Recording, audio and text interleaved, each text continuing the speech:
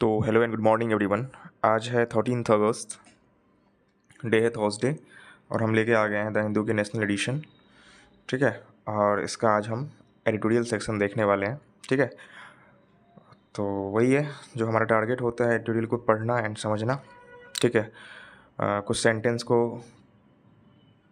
Parse करना, यानी sentence का पार्सिंग करना। ठीक है, और उसके पार्ट्स ऑफ स्पीच को समझना। ठीक है,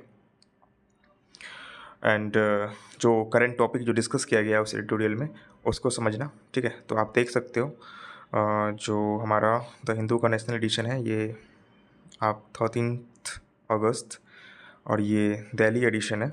ठीक है, तो स्टार्ट करते हैं। ठीक है, और जो हमारा एडिटोरियल पढ़ने का जो पर्पस होता है वो क्या होता है, अपना रीडिंग कॉम्प्रिहेंसन का जो एबिलिटी है उसको इम्प्रूव करना। ठीक है, अपने रीडिंग कैपेसिटी को क्या करना, इम्प्रूव करना।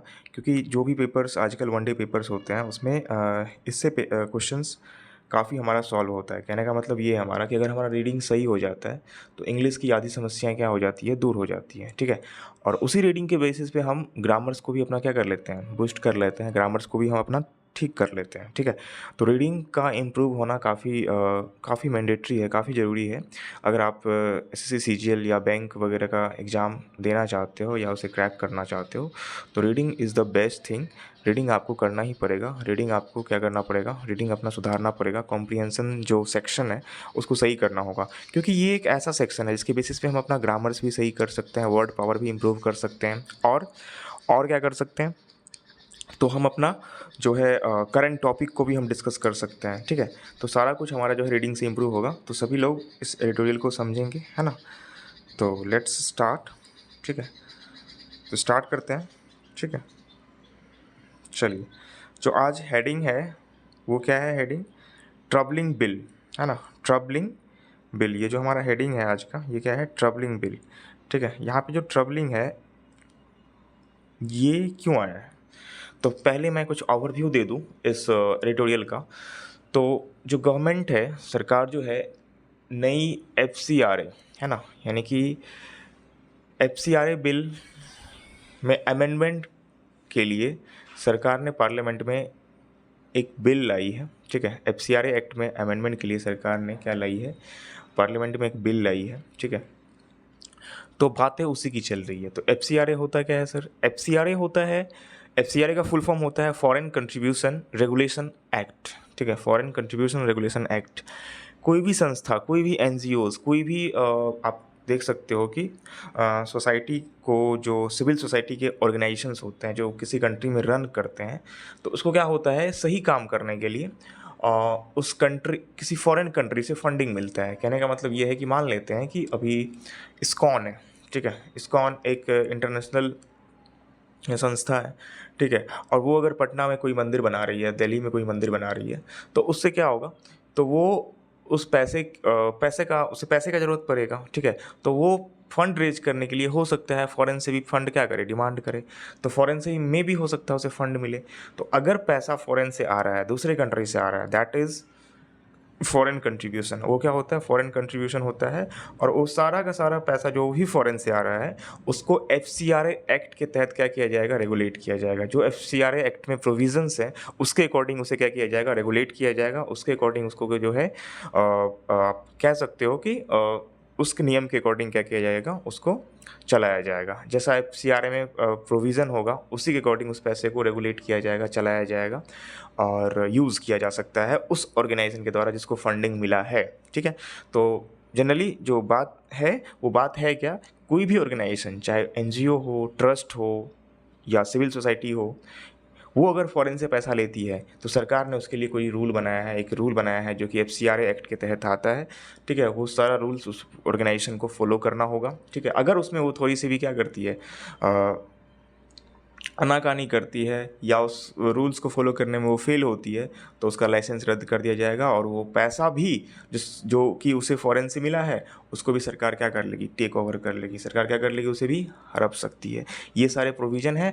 और इस बिल के माध्यम से, जो अमेंडमेंट बिल है एफसीआरए एक्ट में, इस बिल के माध्यम से सरकार ये सोच रही है कि इस एक्ट को और स्ट्रिक्ट बनाया जाए। क्या बनाया जाए? स्ट्रिक्ट बनाया जाए, जिसके चलते ये ट्रबल क्रिएट कर रहा है। और that is the main reason कि ये हेडिंग जो बनाया हमारा एडिटोरियल का, वो क्या बना है? Troubling bill. जो बिल है हमारा वो क्या कर रहा है? ट्रबल क्रिएट कर रहा है, यानी कि समस्याएं क्रिएट कर रहा है। तो यहाँ पे ट्रबलिंग हमारा क्या हो जाएगा? एडजेक्टिव। क्या हो जाएगा? Troubling adjective. और ये बिल क्या हो जाएगा हमारा? बिल हो जाएगा हमारा नाउन। क्या हो जाएगा? नाउन, याद रखना, ठीक है। क्यों बिल नाउन हो जाएगा? क्योंकि बिल को कौन डिफाइन कर रहा है? ट्रबलिंग। और ट्रबलिंग एडजेक्टिव क्यों होगा? क्योंकि हम पढ़े हैं, हमने क्या पढ़ा है? प्रेजेंट पार्टिसिपल और पास्ट पार्टिसिपल। प्रेजेंट पार्टिसिपल भी एडजेक्टिव का काम करता है। प्रेजेंट पार्टिसिपल क्या होता है? तो ऐसा एडजेक्टिव जो आईएनजी फॉर्म में हो। किस फॉर्म में हो? आईएनजी फॉर्म में हो। और पास्ट पार्टिसिपल क्या होता है? ऐसा एडजेक्टिव जो ईडी फॉर्म में हो, यानी कि वर्ब का थर्ड फॉर्म हो। तो ये दोनों वर्ड्स जो होते हैं, present participle and past participle, दोनों क्या करता है? किसी भी सेंटेंस में किसी भी नाउन के लिए एडजेक्टिव का काम कर सकता है, ठीक है। तो यहाँ पे ट्रबलिंग क्या हो जाएगा? एडजेक्टिव। सब हेडिंग है हमारा the FCRA amendments need redrafting in the JPC. जो एफसीआरए अमेंडमेंट है, यानी कि जो एफसीआरए अमेंडमेंट है वो क्या है? उसको ज़रूरत है, किस चीज़ का ज़रूरत है? रीड्राफ्टिंग का। रीड्राफ्टिंग क्या होता है? फिर से उस पर विचार किया जाए, फिर उसमें जो कमी है, उसमें जो कुछ ऐड करना है या उससे कुछ रिमूव करना है, तो उसकी ज़रूरत है। किस में? तो एफसीआरए बिल में, है ना। जो एफसीआरए अमेंडमेंट्स है हमारा, need redrafting in the JPC. जो एफसीआरए अमेंडमेंट बिल सरकार ने लाई है ना, या जो एफसीआरए एक्ट में अमेंडमेंट्स करने के बारे में सरकार सोच रही है, दैट्स नीड्स, उसको किस चीज़ की जो उसको क्या है? ज़रूरत है। Need redrafting in the JPC. उससे जो है रीड्राफ्टिंग का ज़रूरत है। कहाँ पे? तो जेपीसी में। जेपीसी का फुल फॉर्म क्या होता है? ज्वाइंट पार्लियामेंट्री कमेटी, है ना। कोई भी बिल सरकार चाहे तो वो डायरेक्ट पार्लियामेंट से भी क्या कर सकती है? वो पास करवा के उसे एक्ट बना सकती है। लेकिन जब किसी बिल पे क्या होता है? काफ़ी प्रोटेस्ट होता है। अदर पार्लियामेंटेरियन ये डिमांड करते हैं कि बिल पे डिस्कशन होना चाहिए, बिल पे काफ़ी जो है सोच विचार होनी चाहिए। तो सरकार क्या करती है? उस बिल को जेपीसी के सामने रखती है। जेपीसी क्या होता है? पार्लियामेंट, मेंबर ऑफ पार्लियामेंट का ही के कुछ मेंबर्स का क्या होता है? एक ग्रुप होता है जो काफ़ी ब्रॉडली क्या करती है? उस बिल पे डिस्कशन करती है। जो सही होता है, जो गलत होता है, उसको वो सरकार को बताती है कि ये सही है, ये गलत है ना। तो सरकार उस पे सोचती है कि हाँ, कैसे हटाना है, कैसे ऐड करना है, ठीक है। तो जो जेपीसी के पास ये बिल को फिर से क्या किया गया है? डाला गया है। कौन से बिल को? एफसीआर अमेंडमेंट बिल को। और जेपीसी में क्या है? तो जेपीसी में इसकी जो जेपीसी में जो है, इस पे क्या किया जाएगा? इसको रीड्राफ्टिंग किया जाएगा। क्या किया जाएगा? रीड्राफ्टिंग किया जाएगा। तो यहाँ पे हम पार्सिंग कर लेते हैं। यहाँ पे जो द होगा हमारा, ये क्या हो जाएगा? Article FCRA amendments. FCRA amendments क्या हो जाएगा? Compound nouns. नीड हो जाएगा हमारा V1। नीड यहाँ पे V1 होगा, मॉडल वर्ब नहीं होगा, याद रखना। नीड V1 होगा क्योंकि ये सिंगल है, ठीक है। मॉडल होता तो एक साथ मेन वर्ब भी होता है, क्योंकि model as a actually verb काम करता है। रीड्राफ्टिंग यहाँ पे नाउन हो जाएगा, ठीक है। इन प्रीपोजिशन द आर्टिकल जेपीसी क्या हो जाएगा? फिर से नाउन, ठीक है। क्लियर? मीनिंग हमने बता दिया है, आगे चलते हैं।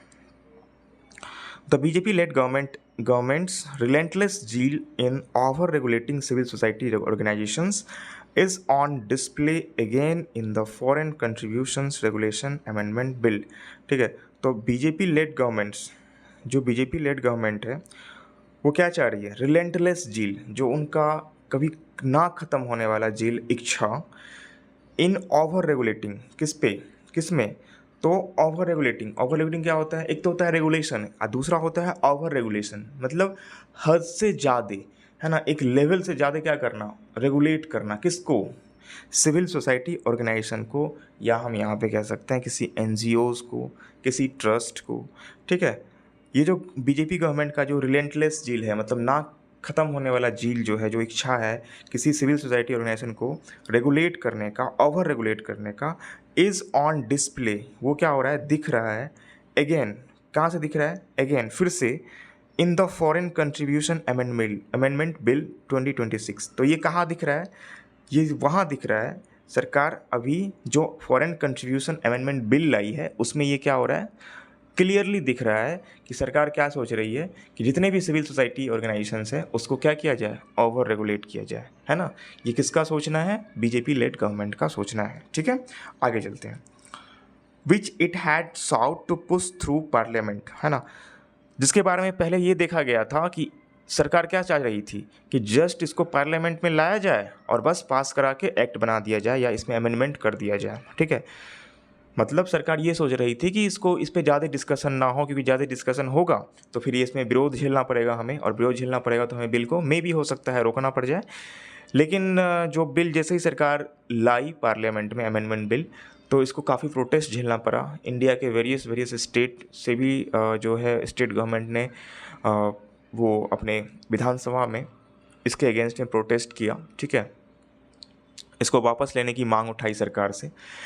तो सरकार ने क्या देखा कि अगर ऐसा काफ़ी प्रोटेस्ट हो रहा है तो सरकार क्या करती है उसको देख के वो आगे दिया हुआ है। लेकिन सरकार पहले which it had sought to push through parliament, सरकार इससे पहले क्या सोच रही थी कि बस इसको तो बस लाना है और पार्लियामेंट से बस पास करके निकाल लेना है ना। लेकिन अब इसमें काफ़ी प्रोटेस्ट हो रहा है, तो अब सरकार ने क्या स्टेप लिया है वो हम आगे देखेंगे, है ना। यहाँ पे विच जो हो जाएगा, विच क्या हो जाएगा हमारा, यहाँ पे देखो तो 2026 है विच, यहाँ पे हमारा कंजंक्शन हो जाएगा। इट क्या हो जाएगा, इट हमारा प्रीपोजिशन जो कि सब्जेक्ट का काम कर रहा है, हेड हो जाएगा हमारा एक्चुअली वर्ब, ठीक है। और साउट, साउट कैसे बना है, तो सीक से साउट बना है ना, सीक का V3 क्या है, साउट है। तो हेड प्लस V3 है ना, पास्ट पार्टिसिपल फॉर्म, ठीक है, सबको पता होगा पास्ट की बात हो रही है।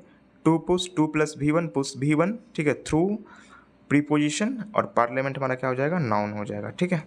याद रखना है कि सरकार इसके बारे में क्या चाह रही थी, क्या चाह रही थी, पहले क्या सोच रही थी, क्या चाह रही थी कि बस इसको तो है पार्लियामेंट में लाना है और बस पास करवा के क्या कर लेना है, अमेंड कर लेना है हमारा जो है FCRA एक्ट को, ठीक है। लेकिन लेकिन लेकिन लेकिन after strong protest it has now been referred to joint parliamentary committee. लेकिन काफ़ी ज़्यादा प्रोटेस्ट होने के बाद, काफ़ी स्ट्रॉन्ग प्रोटेस्ट होने के बाद इसको, इस बिल को, इस अमेंडमेंट बिल को कहाँ रिफर्ड किया गया है, कहाँ रिफ़र किया गया है, तो इसको रिफ़र किया गया है, it has been now referred, यहाँ पे पेसिव सेंटेंस है, ठीक है। पेसिव सेंटेंस है मतलब कि इसको कहाँ भेज दिया गया है, तो अब जॉइंट पार्लियामेंट्री कमेटी के पास भेज दिया गया है, जो अब इस पर क्या करेगी, डिस्कशन करेगी, और जो सुधार करने का होगा तो सुधार करने के लिए सरकार को दिशा निर्देश देगी, बताएगी कि ये सब गलत है तो इसको हटाइए। सरकार को मानना होगा तो ठीक है, नहीं तो सरकार अपने अकॉर्डिंग उससे क्या कर सकती है, पारित कर सकती है, क्योंकि सरकार के पास क्या है, अभी बहुमत है ना। सरकार ऐसा नहीं है कि JPC के दिए गए रिकमेंडेशन को वो मानने के लिए बाध्य है, ऐसा कुछ भी नहीं है, ठीक है। In 2020 the government got amendments to the FCRA, यानी कि फॉरेन कंट्रीब्यूशन रेगुलेशन एक्ट और FCRA, है ना। 2020 में भी सरकार ने क्या किया था, अमेंडमेंट किया था, किसमें, FCRA एक्ट में। क्या अमेंडमेंट किया था, past that barred a registered body from passing funds to another, ठीक है। तो कोई भी रजिस्टर्ड बॉडी है, दैट मीन्स कि कोई भी अगर NGOs है, अगर वो सरकार के घर में, सरकार के ऑफिस में रजिस्टर्ड है, ठीक है, और अगर वो फ़ंड लेती है, अगर उसे फ़ंड मिलता है, किसी फॉरेन से पैसा मिलता है, तो वो किसी अदर NGOs के साथ शेयर नहीं कर सकती है। ऐसा सरकार ने बाढ़ कर दिया था। बाढ़ करने का मतलब रोक लगा दी थी कि कोई भी NGO अपने प्राप्त फंड को किसी अदर ऑर्गेनाइजेशन से शेयर नहीं कर सकता है।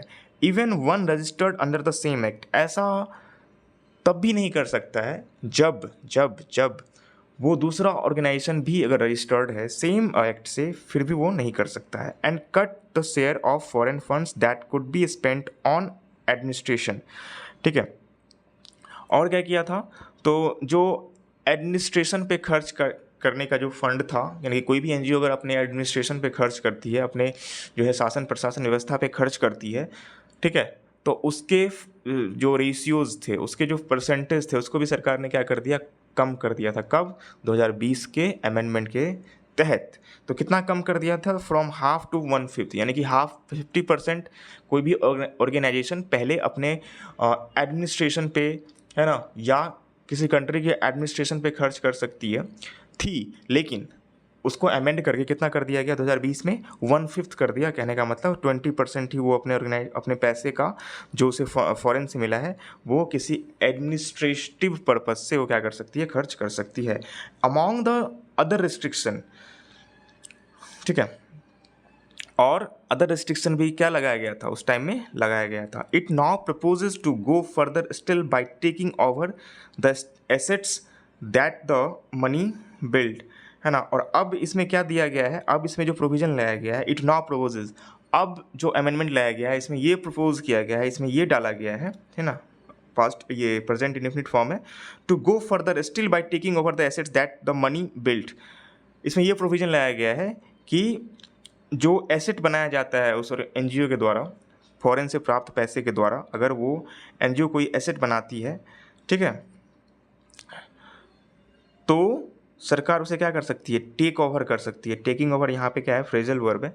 सरकार उसे क्या कर सकती है, टेक ओवर कर सकती है, उसे हड़प सकती है, उसे जब्त कर सकती है।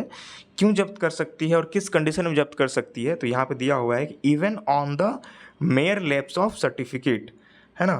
तो थोड़ा सा सर्टिफिकेट में अगर इशू होता है, सर्टिफिकेशन में अगर इशू होता है सरकार, तो उस बेसिस पे सरकार क्या कर सकती है, सारा का सारा पैसा, सारा का सारा प्रॉपर्टी जो उन्हें जो किसी एनजीओ ने बिल्ड करा है उसको जब्त कर सकती है ना।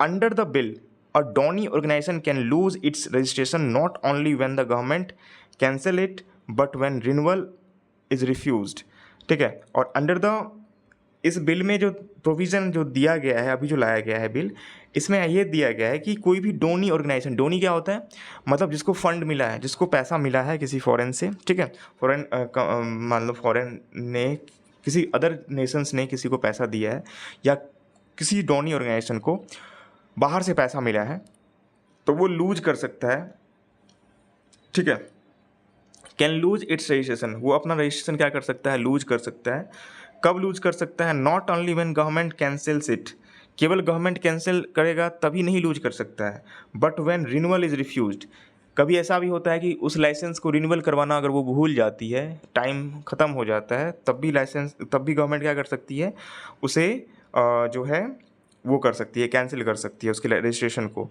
नॉट अप्लाइड फॉर, या किसी ने अप्लाई नहीं करा है ना, थोड़ा विलम्ब से अप्लाई करा है, फिर भी गवर्नमेंट क्या कर सकती है, उसके रिन्यूअल को रिफ्यूज़ कर सकती है, लाइसेंस को या रजिस्ट्रेशन को रद्द कर सकती है। और not granted before the old certificates runs out, है ना।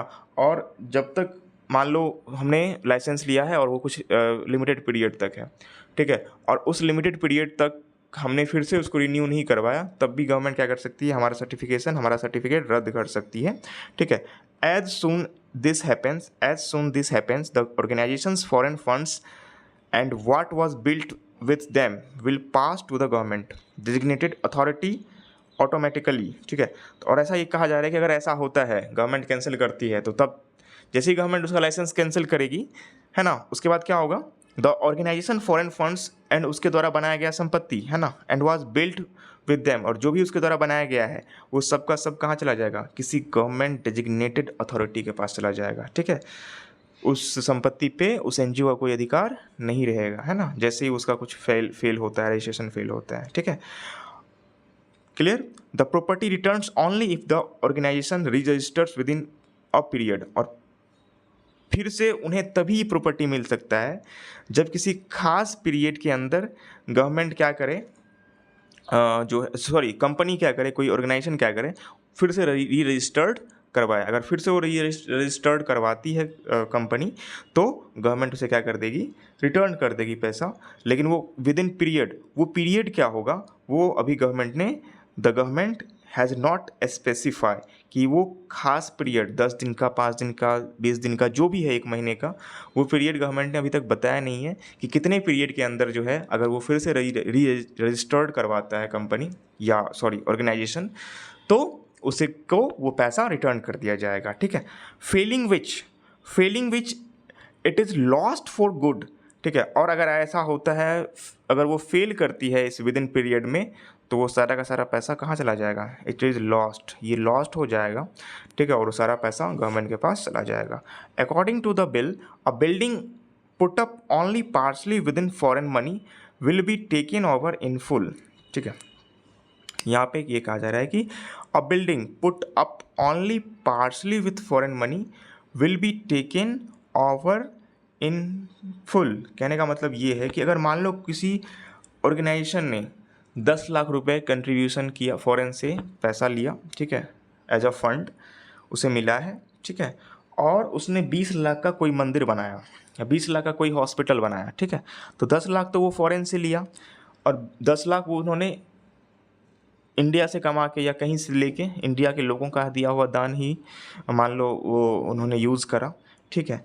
तो यहाँ पे क्या होगा कि मान लेते हैं कि आधा पैसा ही पार्सली या कुछ पैसा ही किसी ऑर्गेनाइजेशन ने फॉरेन से लेके कोई कोई ऐसा संस्था बनाता है, कोई ऐसा हॉस्पिटल बनाता है, कोई ऐसा मंदिर बनाता है, ठीक है, जिसमें बहुत कम पैसा यूज़ हुआ है फॉरेन का दिया हुआ, यानी कि फॉरेन का जो कंट्रीब्यूशन है उसमें बहुत कम है। मैक्सिमम पैसा उस देश के या उस ऑर्गेनाइजेशन के द्वारा लगाया गया जो है वो विद इन कंट्री का ही पैसा है। कहने का मतलब अगर कोई एनजीओ है वो इंडिया में काम कर रही है, ठीक है, कोई एनजीओ है, मान लेते हैं ये एनजीओ है ए, इसको पैसा मिला, ठीक है, इसको कैसे पैसा कितना मिला, मान लेते हैं इसको पैसा 10 लाख मिला, ठीक है, और इसने क्या बनाया एक हॉस्पिटल बनाया, क्या बनाया, हॉस्पिटल बनाया, ठीक है, ये हॉस्पिटल बनाया और इसको हॉस्पिटल बनाने में इसको कितना खर्च आया, मान लेते हैं 50 लाख रुपए, ठीक है, 50 लाख रुपए इसको खर्च आया, ठीक है, लेक क्लियर। तो अब तो बताओ कि मात्र इसने कितना पैसा यूज किया फॉरेन का, 10 लाख रुपए ही यूज़ किया। 40 लाख रुपए ये कहाँ से लिया, तो 40 लाख रुपए मान लेते हैं वो या तो इंडिया के बैंक से लोन लिया होगा या इंडिया के कुछ अमीर अमीर लोग ने उन्हें कंट्रीब्यूट किया होगा, ठीक है। तो सरकार क्या कर सकती है कि अगर ऐसा कुछ लैप्स होता है उसके लाइसेंस में या कुछ ऐसा रजिस्ट्रेशन उसका कैंसिल होता है तो सरकार पूरा का पूरा पैसा क्या कर लेगी या पूरा का पूरा जो वो बनाया गया है ना, या जो भी ट्रस्ट उसने जो भी उसने प्रॉपर्टी बनाया है वो सब क्या कर सकती है, हड़प सकती है ना। यहाँ पे एडिटर ये कहना चाहते हैं कि भले ही कुछ ही पैसा यूज हुआ हो फॉरेन का किसी संपत्ति को बनाने में किसी ऑर्गेनाइजेशन के द्वारा, लेकिन सरकार अगर हड़पेगी तो पूरा हड़प सकती है, ठीक है, पूरा क्या कर सकती है, जब्त कर सकती है, ठीक है। ये बताया जा रहा है यहाँ पे कि भले ही वो पार्सली पैसा यूज हुआ है फॉरेन मनी का, लेकिन अगर सरकार चाहे तो पूरा का पूरा क्या कर सकती है, वो टेकन ओवर कर सकती है, टेक ओवर कर सकती है, हड़प सकती है, जब्त कर सकती है। The organisation must then apply to get back share not paid with foreign money, ठीक है। तो अब यहाँ पे ये कहा जा रहा है कि जो ऑर्गेनाइजेशन ये यहाँ पे डिमांड कर सकती है, क्या डिमांड कर सकती है,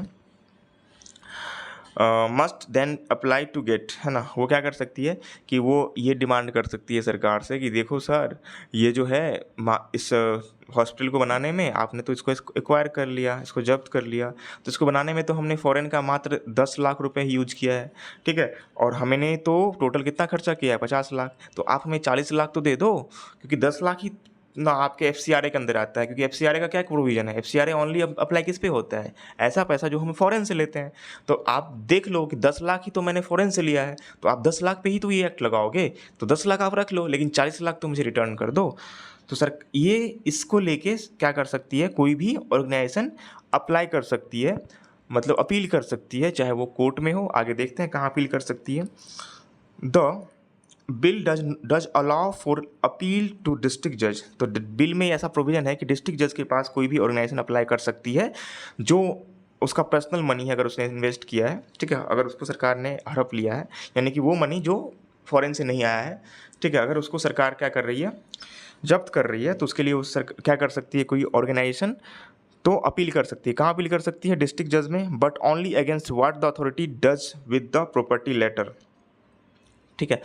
लेकिन किसके लिए अगेंस्ट कर सकती है कि अगर कोई अथॉरिटी जिसने उसको जब्त किया, उसकी संपत्ति को जब्त किया, किसी एनजीओ की संपत्ति को जब्त किया है, ठीक है, तो जब्त करने के बाद अगर वो कुछ करती है उस संपत्ति के साथ, उस हॉस्पिटल के साथ या कुछ उस किसी भी संस्था के साथ जिसको उस एनजीओ ने बनाया है, ठीक है, तो उसके अगेंस्ट वो जा सकती है। कहने का मतलब यहाँ पे ये है कि अगर मान लो सरकार ने हॉस्पिटल जब्त कर लिया, ठीक है, अब जब्त करने के बाद सरकार उसे क्या कर रही है, बेच रही है, ठीक है, सरकार सोच रही है कि नहीं अब इसको हम बेच देते हैं, ठीक है, तो इसके अगेंस्ट वो जा सकती है, कहाँ पे जा सकती है ये सारे के सारे ऑर्गेनाइजेशन यानी कि एनजीओ, कि सर सरकार ने तो जब्त कर लिया, वो तो ठीक है, लेकिन अब सरकार इसे बेच भी रही है। यानी कि टेकन ओवर के बाद अगर कोई अथॉरिटी उसको जो न्यू स्टेप लेती है, ठीक है, चाहे उसे बेच दे, चाहे उसको डिमोलिश कर दे,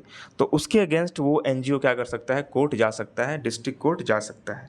the refusal is renew can not be appealed against, जो रिफ्यूजल है, and the organisation will not be entitled to hear before refusal is made, ठीक है। लेकिन अगर अगर एक बार रिफ्यूजल हो जाता है, अगर कोर्ट रिफ्यूज़ कर देता है कि नहीं हम इसमें इंटरफेयर नहीं करेंगे, ठीक है, तो फिर से वो refusal to renew cannot be appealed against, ठीक है। तो refusal to renew cannot be appealed against and the organization will not be entitled to heard before refusal is made, ठीक है। ठीक है, तो यहाँ पे ये कहा जा रहा है कि अगर रिफ्यूजल होता है, अगर रिफ्यूजल मिलता है किसको, द ऑर्गेनाइजेशन को, तो वो फिर से अपील नहीं कर सकती है, can not be appealed against and the organisation will not be entitled to be heard before the refusal is made, ठीक है। तो अगर रिफ्यूजल हो जाता है तो फिर से ऑर्गेनाइजेशन एंटाइटल नहीं है कि फिर से वो क्या करे, अपील करे, ठीक है। कहने का मतलब अगर एक बार कोर्ट रिफ्यूज़ कर देती है तो उस एनजीओ के पास ये अधिकार नहीं रहेगा इस एक्ट के तहत कि वो फिर से क्या करे, अपील कर सके, ठीक है। Not to be entitle to be heard before the refusal is made, अगर रिफ्यूजल हो जाता है एक बार तो, है ना, मान लो खारिज कर दिया जाता है कि नहीं कोर्ट नहीं सुन रही है बात, कि नहीं रफा दफा कर दिया कोर्ट ने एक बार, तो ठीक है, सरकार क्या वो जो है फिर से ये अपील एनजीओ नहीं कर सकता है, ठीक है। ऐसा प्रोविज़न उस एक्ट में बनाया गया। इन एसेंस बिकॉज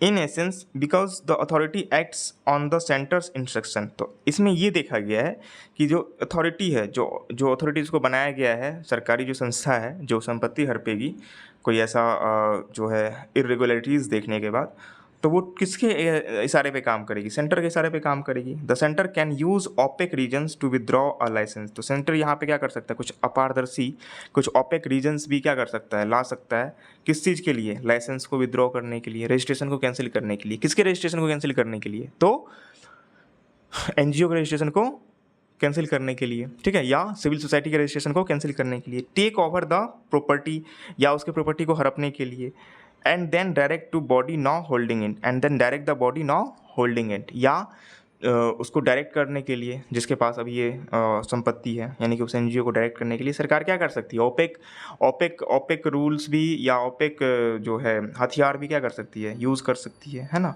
रीजन्स भी क्या कर सकती है, ला सकती है, क्योंकि जो ऑर्गेनाइजेशन जो ये जो संस्था है, सरकारी संस्था, जैसे ईडी वगैरह होता है ना, तो ईडी वगैरह किसके इशारे पे काम करती है, सरकार के इशारे पे काम करती है। सरकार इस पे क्या कर सकती है, अनफेयर मीन्स का भी यूज़ कर सकती है, मतलब अपारदर्शी तरीके से भी किसी एनजीओ के ऑर्गेनाइजेशन को या एनजीओ के लाइसेंस को रद्द कर सकती है, ऐसा एडिटर का मानना है। It is not surprising that minority religious institutions have been most alarmed, तो ये कोई सरप्राइज होने वाली बात नहीं रह जाएगी, नहीं है। क्यों नहीं है, क्योंकि जितने भी इंडिया में माइनॉरिटी रिलीजियस इंस्टीट्यूशंस है, हैव बीन मोस्ट अलार्म्ड, उनके लिए तो बहुत क्या है, ये जो है खतरे का संकेत है। मोस्ट अलार्म्ड मतलब होता है खतरा का संकेत, है ना। क्यों रिलीजियस माइनॉरिटीज़ इंस्टीट्यूशन के लिए ये जो है अलार्म का संकेत है, तो यहाँ पे हम देख सकते हैं कि बहुत सारे रिलीजियस माइनॉरिटीज़ संस्थाएं हैं हमारे कंट्री में जिसको फॉरेन से फंड मिलता है। लाइक अगर मैं क्रिश्चियनिटी में देखूँ, ठीक है, तो बहुत सारा फंड आता है फॉरेन से, ठीक है, टू बिल्ड क्या church, to build schools, to build colleges, है ना।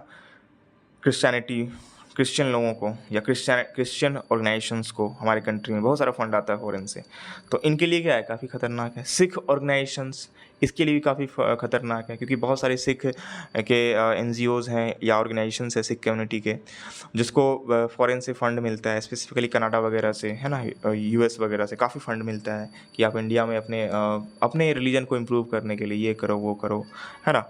उसी तरह से हमारा जो है इस्लामिक कुछ बहुत सारे ऑर्गेनाइजेशंस हैं, है ना, और जिसको फॉरेन से फ़ंड मिलते हैं। तो इन जितने भी हमारे माइनॉरिटीज़, रिलीजियस ग्रुप हैं, जो संस्था हैं, इंस्टीट्यूशंस है, उसके लिए क्या है, ये खतरे का घंटी है, ठीक है ये bill. This is true of Christian organisation, ये टोटली सही किसके लिए, क्रिश्चियन ऑर्गेनाइजेशन के लिए, which run thousands of school, जो कि इंडिया में क्या चलाता है, thousand of school, colleges, hospitals, built sustained with money from churches and congregation abroad.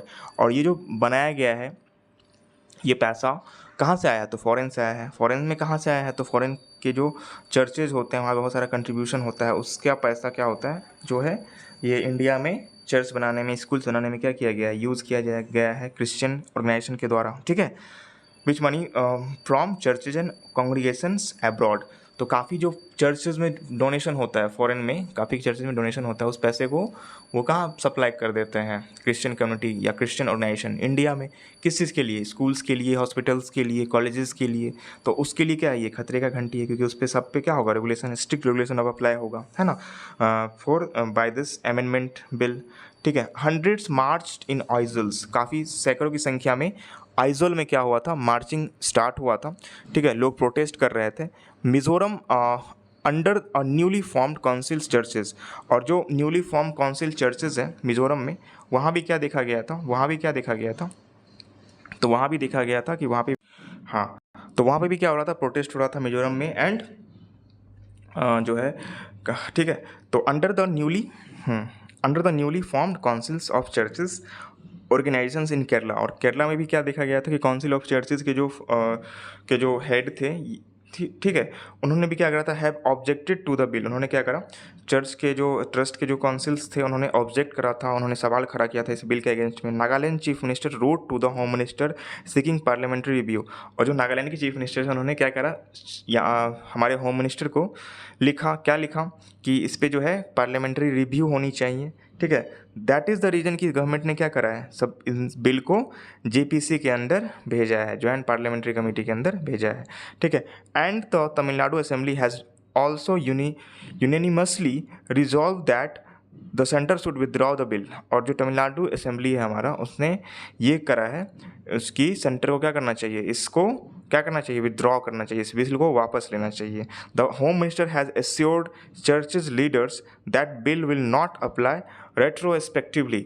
और हमारा जो गृह मंत्री है, होम मिनिस्टर अमित शाह जी, उन्होंने क्या करा है, एश्योर करा है किसको, चर्च के लीडर्स को, कि ये जो बिल है, ये bill will not apply retrospectively. Retrospectively क्या होता है, यहाँ पे रेट्रोस्पेक्टिवली एडवर्ब है, इसका मतलब ये होता है कि ये बिल जो है, ऐसा नहीं है कि पुराने समय से लागू होगा। कहने का मतलब कि अगर कोई ट्रस्ट ने मान लो 2 साल पहले किसी हॉस्पिटल को बनाया है, या किसी मंदिर को बनाया है, या किसी स्कूल्स को बनाया है, तो ऐसा नहीं है कि उस पर भी जांच किया जाएगा, है ना। रेट्रोस्पेक्टिवली ये बिल अप्लाई नहीं होगा, ठीक है। तो ये बिल कैसे अप्लाई होगा, तो ये बिल अप्लाई होगा आज से, अभी से, ठीक है, जब पारित होता है तब से, ठीक है। तो ऐसा नहीं है कि पीछे के रेगुलेशन को भी रेगुलेट किया जाएगा, पीछे के जो बनाए गए लिए गए फंड को भी रेगुलेट किया जाएगा। रेट्रोस्पेक्टिवली ये रेगुलेट नहीं होगा, ये बिल अभी से रेगुलेट होगा, है ना। रेट्रोस्पेक्टिवली का मतलब होता है कि पहले से, है ना, कि मान लो कि 10 साल पहले से भी जो अगर ऐसा कुछ इसमें इरेगुलरिटीज़ पाई गई थी, तो उस पर भी रेगुलेशन किया जाएगा। रेट्रोस्पेक्टिवली ये रेगुलेट नहीं किया जाएगा, ये बिल अभी से रेगुलेट किया जाएगा, ठीक है। But the text on his on bill says otherwise. लेकिन जो लिखा गया है इस बिल में, वो कुछ और ही कह रहा है, ठीक है, ऐसा एडिटर कहते हैं।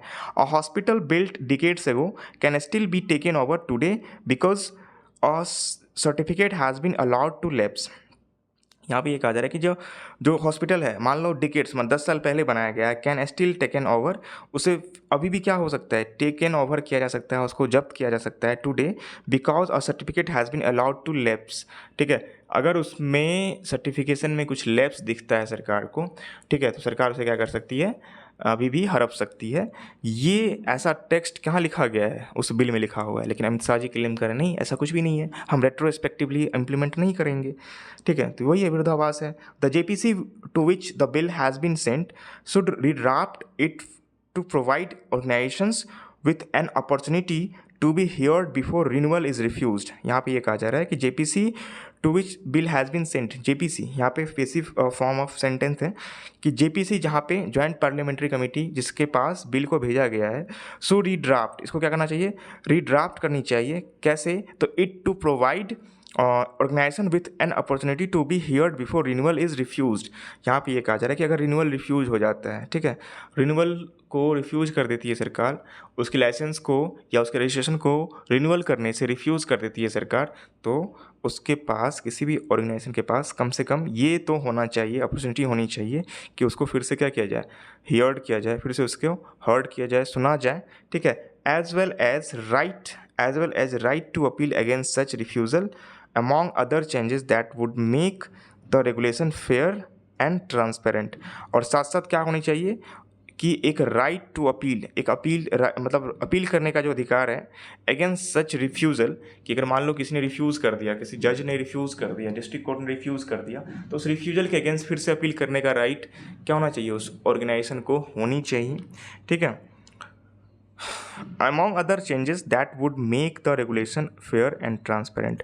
और अदर चेंजेस को देखा जाए तो उन सब में से ये दो चेंजेस जो हैं काफ़ी ज़रूरी है, और इसको करके सरकार इसे क्या कर सकती है, फेयर और ट्रांसपेरेंट बना सकती है, ठीक है। तो यहाँ पे हमारा द हिंदू का ये एडिटोरियल आज एंड हुआ, ठीक है। तो आप इसको सबको पढ़ना है, समझना है, ठीक है। एंड अगर अच्छा लगा हो तो प्लीज़ लाइक करना है, चैनल को सब्सक्राइब करना है, और ग्रुप्स में, दोस्तों में शेयर करना है, ठीक है। If you feel better after watching this, ठीक है। Thank you.